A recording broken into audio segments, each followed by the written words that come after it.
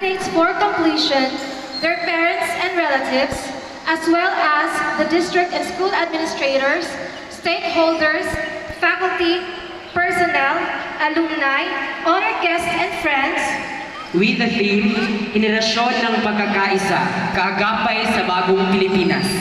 The moving out ceremony of Alicia Technical Vocational High School is hereby officially declared in session.